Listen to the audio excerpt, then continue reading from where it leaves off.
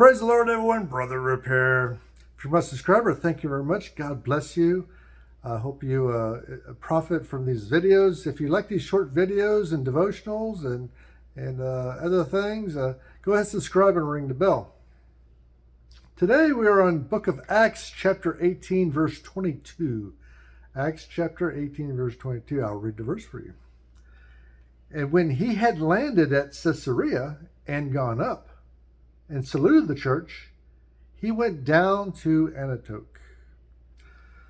So, Apostle Paul left Ephesus by ship and landed at Caesarea. Now, Paul covers a lot of ground in this one verse.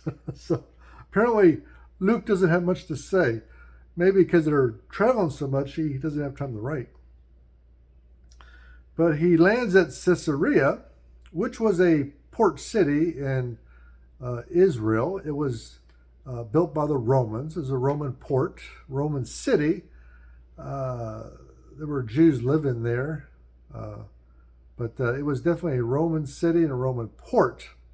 And of course, Paul, being a Roman citizen, and he can take advantage of this by sailing to Israel to Caesarea. And Luke says, and gone up and saluted the church. Now that's all he says about the feast, the church in Jerusalem and Jerusalem itself, which is interesting. Maybe he's doesn't need to make the letter too long. The recipient of the letter probably doesn't need to know all the details of this of the feast and what Paul did. We know he went to Jerusalem because of the way it's written. Caesarea was in a low-lying plain next to the Mediterranean because it was a port. It says he had gone up and saluted the church. Gone up. Jerusalem is situated in the mountains, so it's higher in elevation. And in that day, that's how they wrote and talked about directionalism. Today we use north. If we go north, we say we go up. If we go south, we say we go down. Not so back then. Back then it was more an elevational thing because people walked and you felt yourself going up. You felt yourself going down too, but the Caesarea is lowland in the mountains. It's low. Jerusalem was high in the mountains. It was up. So when he gone up, he had gone up to the mountains to Jerusalem and saluted the church there. So he spent probably the Passover feast, saw several apostles, saw many, many thousands of saints. Well, maybe not thousands, maybe hundreds. Maybe 1,000 saw him, but he can't talk to that many people. So he gave his due respect to the saints in the church in Jerusalem, which at this time was the headquarters of the church. So I'm sure he had several meetings there describing his activities in Greece and Asia Minor, about the churches he started, about the riots he caused maybe. So he probably gave a report of his activities, his missionary activities, and in the past, and his missionary activities in the future. And so he saluted the church, and then he went down to Antioch. Jerusalem is high in the mountains. Antioch is in a valley by a river very close to the Mediterranean, not quite, about 30 miles from the Mediterranean. Is a very large city, probably the third largest city in the Roman Empire at the time.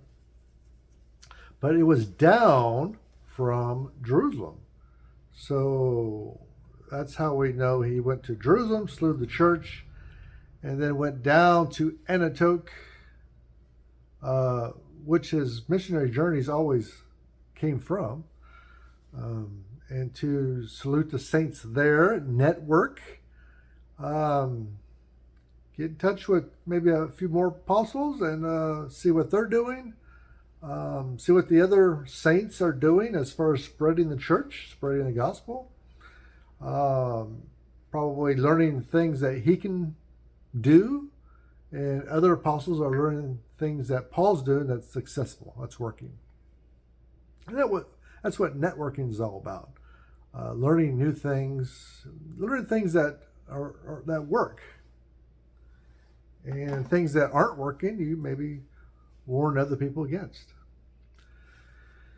And so this one verse, verse 22, really covers a lot of ground, from Caesarea to Jerusalem all the way to Antioch. And Apostle Luke is very brief about all this.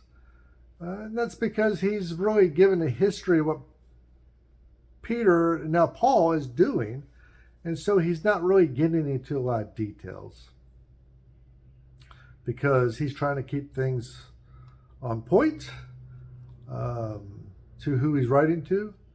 And the book is really long itself, so he's trying to be a little more brief. And Luke may not have been with Paul during his meetings, and Luke probably had family around there he wanted to visit. So Luke was probably visiting his family and friends, and Paul was probably doing the same with his family and friends. And so Brother Luke probably just didn't have enough to write, because he just wasn't with Paul at this time. When Paul decided to go back north or down to Antioch, Luke started going with him again. So anyway, any questions about any of this, go ahead and put them in the comments section. And I love your comments. And thank you very much. God bless you.